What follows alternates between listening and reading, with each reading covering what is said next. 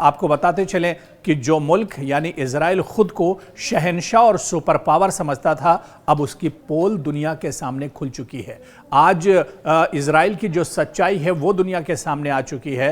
आपको बताते चलें कि इजराइल को अपने एयरडोम पर बहुत एक तरह से गुमान था, लेकिन उसकी सच्चाई भी अब दुनिया के सामने आ चुकी है। इजराइल में चारों तरफ अब तबाही नजर आ रही है। अब नेतन्याहू को अपने मासूम बच्चों और औरतों की याद आ रही है। उसने 55,000 से ज़्यादा फ़िलिस्तीनियों को एक तरह से मारा और उनका कत्ल किया, और जेनोसाइड पॉलिसी अब भी है और बग़ैर रोक टोक एक तरह से गज़ा में जारी है। हज़ारों शिरखार मार दिए गए, तब उनका ख्याल इजराइल को नहीं आया और नेतन्याहू को नहीं आया।